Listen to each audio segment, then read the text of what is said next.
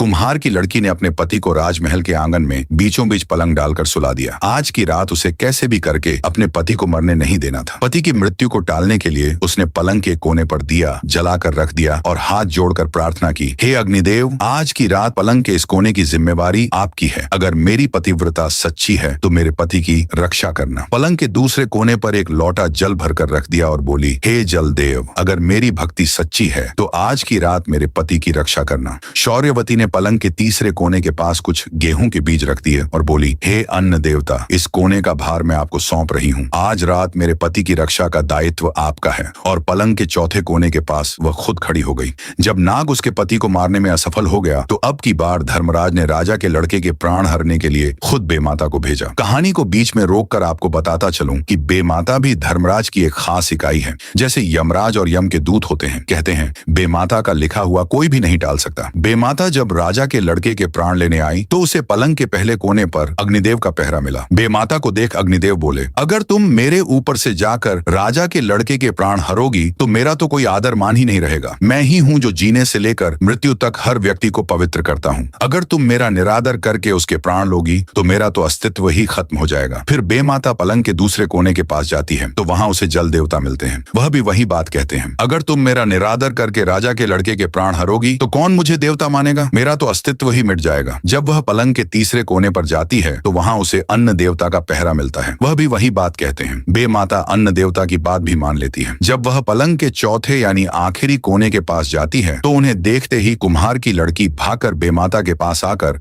उसके पैर दबा देती है। जैसे ही शौर्यवती बेमाता के पैर दबाती है तो वे बोल पड़ती हैं, सदा सुखी रहो, सदा सुहागन रहो, भगवान तुम्हारी जोड़ी बनाए रखे। बेमाता जल्दबाजी में यह सब बोल जाती है। उसे ध्यान ही नहीं रहा कि वह यहाँ उसे आशीर्वाद देने नहीं बल्कि उसके पति के प्राण लेने के लिए आई है। अब मुख से शब्द तो निकल चुके थे। बेमाता कुम्हार की लड़की से बोली, तुमने तो बड़ा गजब कर दिया। मैं यहाँ तुम्हारे पति के प्राण लेने के लिए आई थी। इसकी तो सिर्फ आज की ही आयु है। आज इसे धर्मराज के घर पेश होना है, पर तुमने तो छल से मेरे ही कान काट लिया। जल्दी से मेरे पैर दबाकर मुझसे ही सदा सुहागन का आशीर्वाद ले लिया। तब शौर्यवती बोली, तो और मैं क्या करती माता, अपने पति को अपने से पहले कैसे मरने देती। अब देख लो माता, या तो आप अपने वचनों से हारी हो जाओ, अन्यथा इन्हें जीवित छोड़ दो। शौर्यवती की बात सुन बेमाता सोच में पड़ जाती है। आखिर यह हुआ तो हुआ क्या। फिर कुछ सोचकर वह बोली, दोस्तों इससे आगे का पार्ट देखने के लिए हमारे चैनल को जरूर सब्सक्राइब कर लें।